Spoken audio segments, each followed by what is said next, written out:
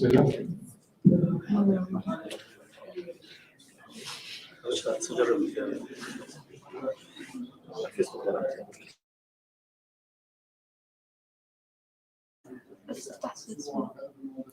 Bismillah. Bismillah. Bismillah. Bismillah. Bismillah. Testing. Testing. Okay. Good to go? Okay. Bismillah ar-Rahman ar-Rahim. Wa sallallahu wassalamu ala Sayyidina Muhammad. Khayr al-Mursalin wa alayhi wa ashabihi ajma'in. Thank you for your patience. May God bless Brother Rai and Sister Rasha who have set us up here for a live broadcast on very short notice. We really appreciate it. The MIA board of directors and the staff have been meeting extensively all this week, and I think 5-6 hours of meeting continuously sometimes over the past few days, and we've just been trying to do the best for the community. Before I give you an update, I would like to Brother Dr. Sheikh Muhammad Iqbal, who has been advising us in his capacity as a respiratory specialist on this issue, as well as other physicians, just to give us a bit of an explanation of what we're dealing with here in terms of COVID-19. Then inshallah we'll go through the measures that we're taking here in terms of how the MIA functions and how the community inshallah can come together to support one another. With the Sheikh, please.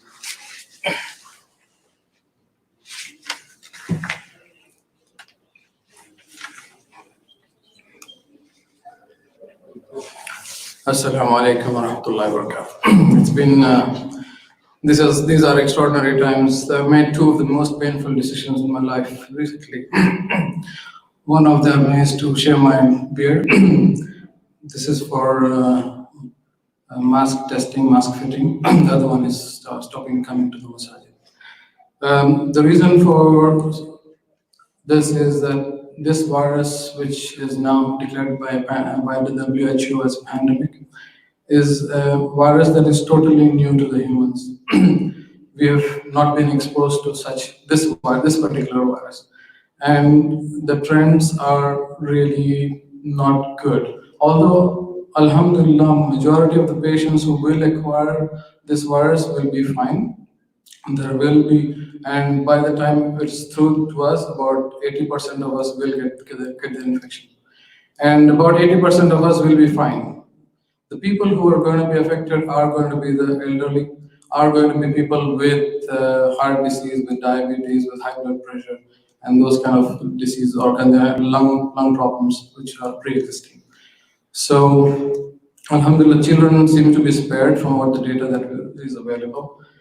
The reason why I am advocating, and there are a lot of people like me who are advocating social distancing, is because we want to prevent an early peak of this illness in the community here.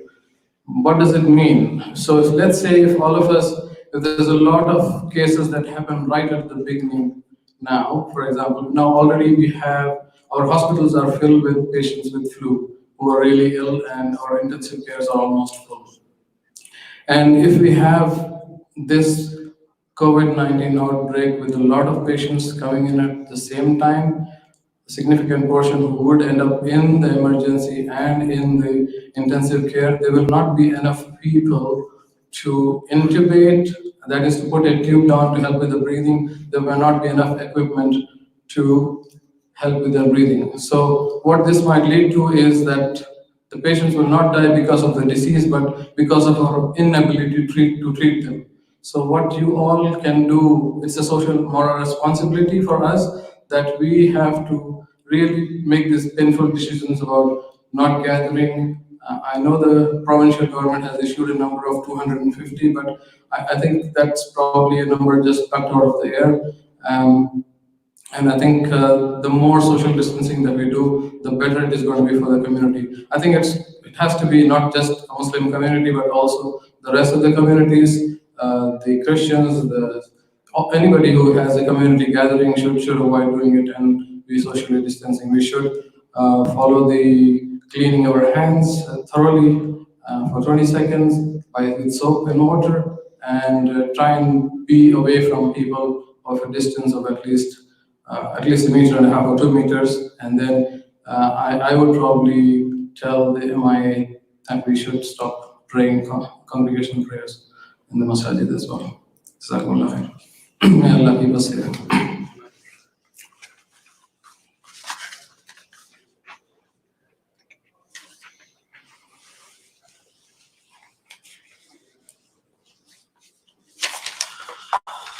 So, this week we took a very difficult decision to cancel Jum'ah prayer. Well, the decision was difficult, it was not rushed, and it was taken after extensive consultation with medical and religious scholars, and after the provincial government recommended that large gatherings be cancelled.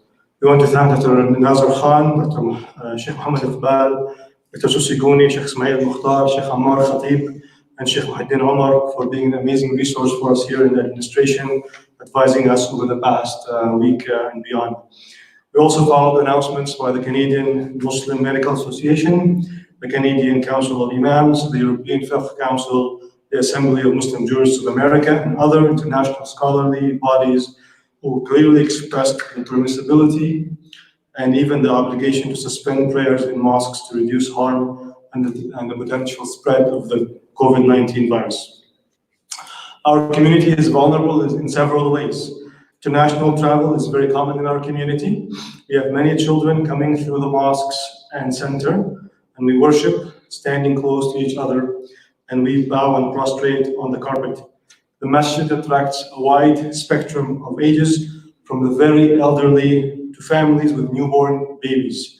We have a variety of cultural outlooks on life and illness, which makes it very even more challenging to get conformity and compliance in terms of best health practices. And the argument of gatherings of no more than 250 people simply does not apply in our context. So, out of abundance of caution and out of concern for the well-being of the public and our own employees in the masjid, and to do our part to flatten the curve and stop the spread of disease, the MIA facilities and the masjids will be completely closed down as of 10 p.m. tonight. So the Isha prayer will be prayed, inshallah, and then after that, the masjids will be closed. This closure is temporary. We will, inshallah, continue to monitor the situation and open as soon as the circumstances allow. I want to remind you, this is not a decision that's taken in haste or easily, but Allah says, فَاتَّقُوا اللَّهَ مَا اسْتَطَعْتُمْ. Show your taqwa to Allah subhanahu wa ta'ala in as much as you can. And Abdullah bin Abbas once called the mu'adhin on a day where there was a lot of rain. He told them to say to the people, صَلُّوا فِي بِيُوتِكُمْ, pray at home. This was for rain, not for a virus. Prophet ﷺ said, جَعَلَتْ لِيَ الْأَرْضُ مَسْجِدًا. The whole earth has been made as a mosque for me. So while the masjid's doors will be closed temporarily, inshallah, we hope, let's remember that God's doors and gates on His mercy and love almost always remain with us. A few things. I'd like to remind the community to follow the advice of public health officials and medical experts, and not to spread rumors and false news. We cannot predict what the future days and weeks will bring, but we ask that anybody who is in need of help, especially the retirees and the elderly, to reach out to us and let us know if they have any needs. There will be a simple request help form on the MIA's website, and they can also call us at 204-256-1347, 204-256-1347. That's the masjid office number, and the office will remain open, inshallah. We have already compiled a partial list of seniors in the community, and we will continue to mobilize staff and volunteers to check on them regularly, because for them, isolation might be very, very challenging, and they just may need someone to talk to. Second, let us know if you can volunteer to help others. You can email, call, or submit a volunteer form through the website. We also have created a WhatsApp group for the only purpose to be used to mobilize volunteers when we receive a request for help. Things could be as simple as someone who's elderly and by themselves needs someone to pick up groceries for them. It could be that simple. 3, We know that some members of the community may experience interruption in earning, in how much money they make. The government is stepping in with expediting employment insurance approvals and benefits. However, we are also going to, inshallah, provide extra support for those needy families who receive zakat already through the Manitoba Islamic Association, and also we will expedite the review and approval of new applications for assistance and aid. So if anybody is in need financially, we will do our best and dedicate resources to receive those requests and to approve them as quickly as possible. 4, mental health support will be available as before, and people can access it through the phone or virtual meeting technology, and we'll make that available, inshallah. 5, we understand that families will be looking for things to do with their children once schools are off for 3 weeks and potentially beyond. We are working on a virtual mosque program where interactive, beneficial content can be delivered to families and kids in the comforts of their home through the internet. Inshallah, a schedule of events and broadcasts will be announced in the coming days. We will also, number 6, we'll try to keep our community connected. One of the most difficult things about this is not the building, but the people. I mean, we come here to pray, to worship, but also to see each other, to check on each other, and this connectivity is going to be missing. And so we will try to stay, inshallah, connected as best as we can through online media with special programs. We'll have talks, lectures, reminders, and virtual khutbahs broadcast, inshallah, in the coming days and weeks. 7, we are working to set up our regular programs that focus on kids, such as Al-Fajr Quran program that runs daily and on the weekend, then Al-Noor School, the Arabic program. We're going to work to set those up on Zoom so the teachers can hold their classes with the children virtually, inshallah, and we will minimize interruption to those programs. While the buildings are closing, we are not closing MIA completely.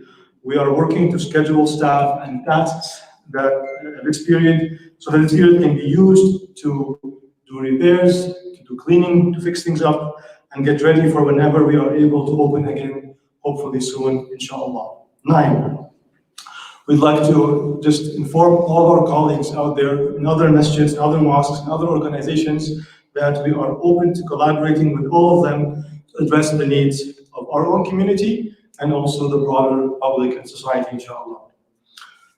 10, one challenge we are facing is that with these buildings closing, all revenue in the masjid is going to stop. The masjid, basically, the mosques depend on the community's generosity and donation. So we put our trust in Allah subhanahu wa ta'ala. We've decided, nonetheless, that all regular MIA staff, the imams, the prayer leaders, the caretakers, the office manager, the facility manager, they will remain on the payroll and will not suffer an interruption in pay for as long as we are able to.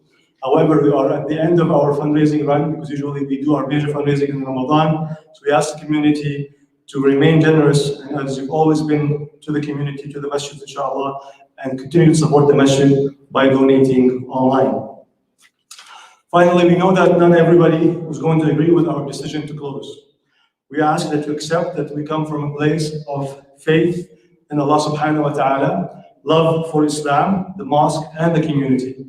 We also understand that other mosques may reach different conclusions and may choose to either modify a limit or limit their activities or operate as usual. We respect their leadership and their decision making, and we're committed to continue working with them for the best of the community. However, we feel that this is the best decision that we can make based on our judgment, our best judgment of the situation. So Allah subhanahu wa ta'ala to protect us all and guide us to what is best for us in this world and the hereafter. Allahumma ameen. قولوا قولي هذا واستغفر الله لكم صلى الله وسلم وبارك على سيدنا محمد وعلى آله وأصحابه أجمعين. صلى الله السلامة لنا ولكم ولجميع المسلمين. والسلام عليكم ورحمة الله وبركاته.